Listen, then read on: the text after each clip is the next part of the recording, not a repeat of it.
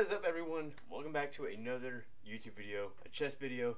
It has been a while since I made one of these. Trying to reach out to a broader audience, I guess. But exciting news. I was in a chess tournament this past weekend, my very first one. So I was in the booster category, and of the three categories, that was, of course, the lowest because being my first tournament. But there were 17 of us in the booster category, so I wasn't the only person there who was new. All of us unrated, none of us had a rating. You had the boosters, which was everyone, I believe, under 1,200, I think. And then you had under 1,500, maybe it was 900 to 1,500, and then booster, and then you had the top level, which is, you know, in the open section. So anyone over, I believe, 1,500 or 1,600 was playing in that group. But I've loaded up my first game. As you can see, I already put our ratings in. My rating after the tournament being 1283, and my opponent here proposed tournament was 317. It was 5 rounds, 30 minutes each. We each had 30 minutes. I was a little nervous because I didn't know how my opponents were going to be. Of course, I've got, you know, all my games in the notations. I didn't know how notation was going to go, but yeah, I seem to be pretty good with it, as well as keeping time on the clock. This should be a pretty good few videos here. Very excited to get into it. So let's start. Game 1 was against a kid named Landon. I would say he was probably 14 years old. Now, this was the South Georgia Winter Chess Classic, played in Tifton at a small agricultural college and library. It was a lot of fun. Had a lot of fun. Everyone seemed to have a good time. Made some new friends. Got a kick out of it. You know, just the experience was great. The drive wasn't so much fun because it's out in the middle of nowhere, but yeah, it was nice. Everyone seemed to have a good time. But let's start. I knew that I had to go tried and true. If I need to be serious when I play this up. I can't be playing, you know, the holy gambit grail over the board. So I started with knight f3, as you've seen in many of my videos before. We start with knight f3, and then we continue. My opponent, I thought, might play like e4, especially if they didn't know, like knight f3, hang the pawn, you know, give me a Ross gambit and go from there. But no, he played solid. d5 being one of the top engine moves against knight f3. One of the best moves to play, controlling the center, you know, fighting for it, you know, opening lines up and things like that. So I played tried and true d3. Goes knight c6. Not the greatest move. A lot of computers would prefer c5 there, gaining more space in the center, fighting on the wing, just kind of controlling more space with pawns, and then playing knight c6. That way your knight is not in the way of the pawn. Black, of course, wants to play on the queen side because White's playing is, as you've seen through my Pawn Storm videos, is to play on the king side and provoke an attack that way. But I just play, you know, g3, normal stuff. He attacks in the center, as, you know, normal. We've seen this all the time.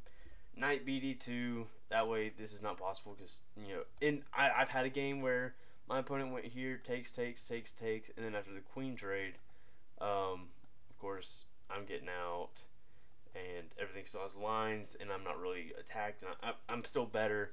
I don't mind having an active king in a game, or not being able to castle in a game where there are no queens on the board because I'm less prone to being attacked. But he did not. He instead played bishop c5, which I've seen before. Seen it dozens of times, and I hate this move. This bishop always causes problems for me. Computer likes e3, e4, and not quite d4, but if you had, like, you know, e3 preparing d4, or even c3. I know the computer likes c3 in some lines, preparing d4 or b4, and like some sort of attack over here instead. But so I just continue bishop g2, and then he plays, you know, knight f6. Both of us preparing to castle and get our king safe. So I castle, he castles. I play rook e8. It is a blunder.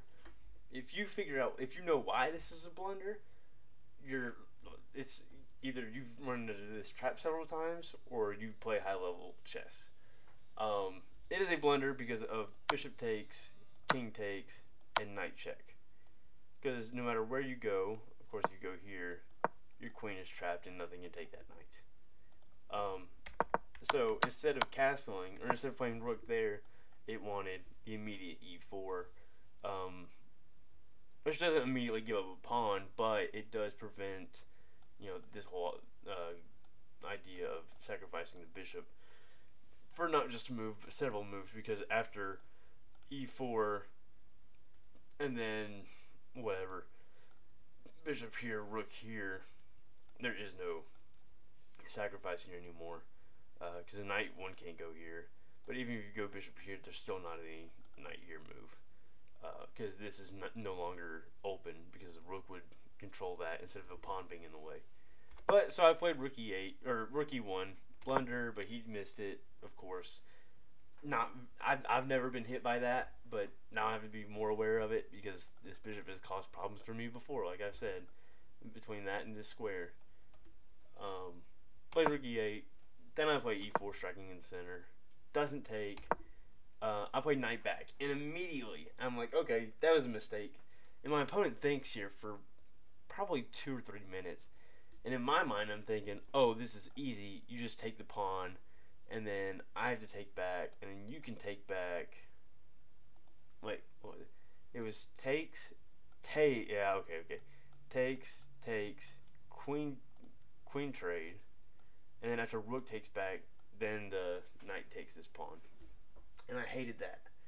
And I was like, that is annoying, but I guess I have like knight takes, and bishop takes knight, ultimately winning back the pawn, but trading off a lot of pieces in the process, and that's something I'm not looking to do. But he misses it, and he plays knight d4 instead. And what that did was hangs the e-pawn. My opponent missed that, and I really have no idea what this knight is doing here. But I really want to play f4, but I know I can't do that because of this knight, because this is a discovered check, and several moves would be very detrimental to me in that scenario. So he attacks my knight with his queen. I protect with the bishop. I know I didn't have to. I could have moved it, but I was hoping for some idea later where I could go like knight here, and get some sort of double attack on something. And of course the bishop's protected, so I really wanted. I could play knight here. I could play knight anywhere. And I think knight here was an idea in my mind because it's a double attack on the queen, or taking this pawn. Taking this pawn was an idea because it double attacks the queen. But he hangs his bishop in one move. And this was another thing I saw, and I was like, oh, and I forgot that my knight could take back for a second, though it was on my mind, because my opponent took several minutes to make this move too. And I was like, oh, I'll just play knight back, and we'll just trade a bunch, and whatever. And I was like, no, wait, I can just play, here, and that's whatever. And I was like, wait a minute, what am I doing? Just take it. And he doesn't take back, so I go ahead and take his knight, and then I push up on his queen. And now he's lining up this battery. And I know that his idea is to take this pawn, forking the 2 rooks, and I would have to do something about this. So I went ahead and kicked the knight out, made it move, and then kicked the bishop away, because I'm not dealing with the battery. Bishop moves back. Now I have this to deal with, but I also have this. And I'm not crazy about this. In the game, I really didn't care that much. I really wanted to just go ahead and play queen g4. But instead of doing that, I played rook b1, defending the b pawn, because why not? Then he played, queen a6, only attacking the a pawn. Again, I just wanted to, play queen g4 and get some sort of attack here. But ultimately, I just played a3. Just to be safe, in case my attack, wasn't there. He plays rook a d8, defending this pawn. And that's all it does. I play my my queen g4, he plays G6. He played it pretty quick, not too fast, nothing crazy. And I was like, okay, well, I'll just get my knight in, double attack this pawn, set up threats here and here. And then he played queen down. And I didn't understand this move at first. I had no idea what this move did. And actually, if I play like rook here, it's kind of just stuck in here. And after I played my next move, it kind of made sense what he was doing. But I took the pawn, and then he offered a queen trade. And I was really trying to find a way not to do it. You know, of course, there was like take with check first, and then or go here with check and takes, and then takes. And I was like, okay, well, it gets me like nowhere. But ultimately, I figured I was up enough. I would go ahead and make the queen trade, then take the bishop, then take this pawn. And then he played king h8, which really confused me. This move, like, I get it. Like, I did want to like play like, you know, bishop back, push some pawns, and then get some sort of discover check at some point. But he played there, and I was like, okay, well, I'll play bishop back. I'll save my bishop. And then he plays king g8. Pretty quick. Ideas, I have no idea what his ideas are. Maybe it's to push this and like come around and just double up on this. But I think by this point he had already said he doesn't want to play anymore. I play d5 expecting this or this. In my mind, the knight is in trouble regardless, and he plays here, and I snap take. Like, I took without thinking at all, and he just takes back, and I'm like, oh yeah. I was like, oh yeah, the rook takes. But I wasn't worried about it. And then I played f4 as I wanted to the whole time, defending this pawn, attacking this rook, and then he does something very unexpected. He thought for 3 or 4 minutes and played c5, which put me in this huge dilemma, because now it's like, do I play the funny forcing move or do I take the rook? And in my mind, I'm like, I was so torn, because I really wanted to take the rook, but I thought it would be funny to play en passant, and so I took en passant. I thought it was just the funniest thing to take en passant. And after I did that, he sits there, he looks for a minute, and he's like, oh man, I forgot about that move. He's like, oh, I forgot about it. And then he picks up his rook, the rook on e7. And I go, it's touch move. And he goes, yeah, I remembered as soon as I touched it. And then he proceeded to lay his king down, and he resigned. Now, it was a lot of fun. I felt really bad for beating him, because he was obviously not having a good time. And he was there with his family. It was him, his uncle, his brother, his cousins. It was his first tournament. And I felt really bad. Again, his rating ended up being 317 in the end. He finished 14th out of 17. He had chances. I of course, early in the game, I made a mistake. But according to Game Review, I played like an 1100, and he played like a 500.